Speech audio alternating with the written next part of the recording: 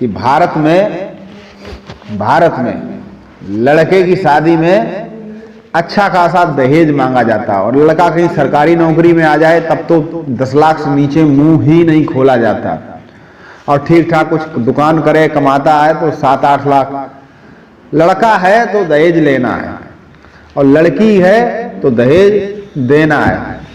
लड़की पैदा होती है उसी दिन से पिताजी को ये चिंता सताने लगती है, उसी दिन से पिताजी जोड़ने लगते हैं कि अब बेटी की शादी के लिए हमें पैसा जोड़ना है, और इन वक्त पर नहीं जोड़ पाया तो लोगों से कर्ज लेते हैं, 1-2 बीघा खेत भी बेचते हैं, तब बेटी की शादी करते हैं। फिर भी कुछ दहेज लोभी, दहेज लालची ऐसे होते हैं कि दहेज लेने के बाद, शादी होने के बाद फिर और मांगते हैं कि मायके से ये लेके आओ, मायके से वो लेके आओ, अब सोफा नहीं सोफा लेके आओ, एसी तब नहीं ले पाई तो अब लेके आओ, तो जीवन भर परेशान करते हैं। तो दहेज एक दानव की तरह, हमारे देश में दहेज एक दानव की तरीके से, जो अपने बड़े बड़े दांत, बड़े बड़े नाखून लिए हमेशा मुंह फैलाए खड़ा रहता है।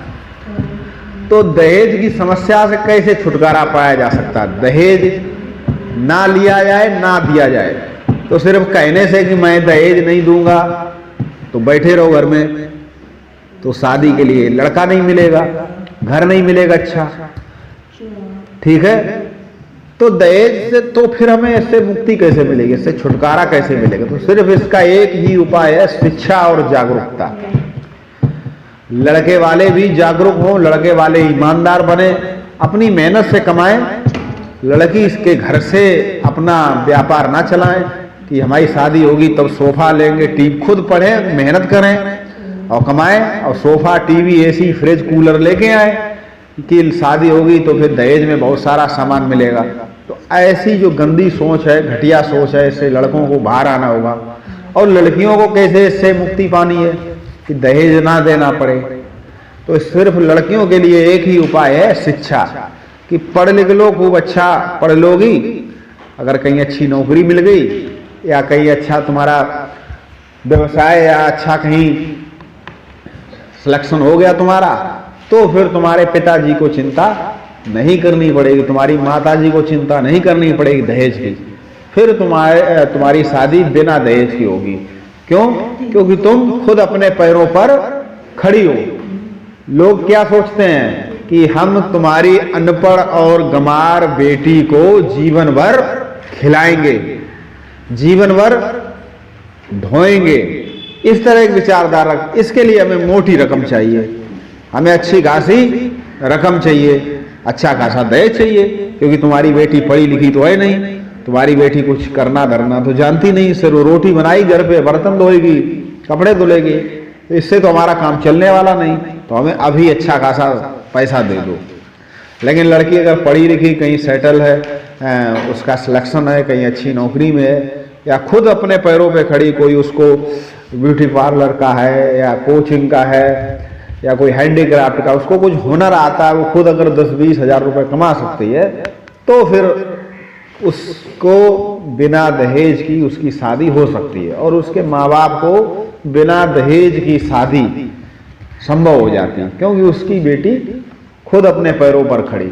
तो आप मानिए कि दहेज उनको ही देना पड़ता है जो कुछ अपने पैरों पर, जो लड़कियां अपने पैरों पर खड़ी नहीं होती। तो तुम लोग अगर ये चाहते हो कि हमारे मम्मी पापा को मेहनत की कमाई, जो हमारी मेहनत की कमाई, हमारे मम्मी पापा जो कमाया वो दहेज में ना देना पड़े, तो खुद ही पैरों पे खड़े हो जाओ। इस आश्रय में ना रहो कि हमारी शादी होगी तो हमारे मम्मी पापा कहीं न कहीं से तो पैसा लेकर आएंगे ही। तो अपने पैरों पर खड़े आप तभी हो सकते हैं जब आप पढ़ने में मन लगाएंगे, पढ़ने में ध्यान देंगे, अच्छी शिक्षा ग्रहण करेंगे। देखिए, एक जमाना था जब लड़कियों के लिए शिक्षा की समस्या थी। आज सरकार के द्वारा इतनी योजनाएं चल रही हैं, इतनी सुविधाएं हैं कि अगर कोई गरीब लड़की भी है, उसके माँ बाप के पास धन नहीं है पढ़ाने के लिए, फिर भी सरकार की इतनी योजनाएं हैं कि कोई भी लड़की अगर मेहनत से पढ़ती है तो उच्च शिक्षा ग्रहण कर सकती है। उसके लिए उसे माँ बाप के धन की आवश्यकता नहीं है, ठीक है।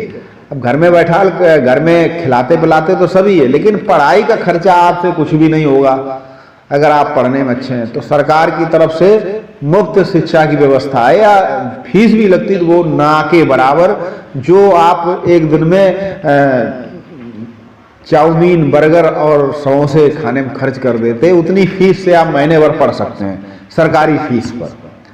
तो पढ़ाई की कोई समस्या नहीं है, आप अगर पढ़ने वाले हैं और पढ़ जाएंगे तो फिर अपने पैरों पर खड़े हो जाएंगे। तो कोई ये भी नहीं कह सकता कि हम पढ़ें कैसे, हमारे पास पैसा नहीं है, हमारे पास सुविधाएं नहीं है, तो आप ये भी नहीं कह सकते। सिर्फ आपको ये कमर कसनी है, ये ठानना है कि हमें अपना समय फिजूल के कामों में इधर उधर खर्च नहीं करना है, अधिक से अधिक पढ़ना है, अच्छी शिक्षा ग्रहण करना, जिससे कि हमारे माँ बाप का धन दहेज से बच जाए।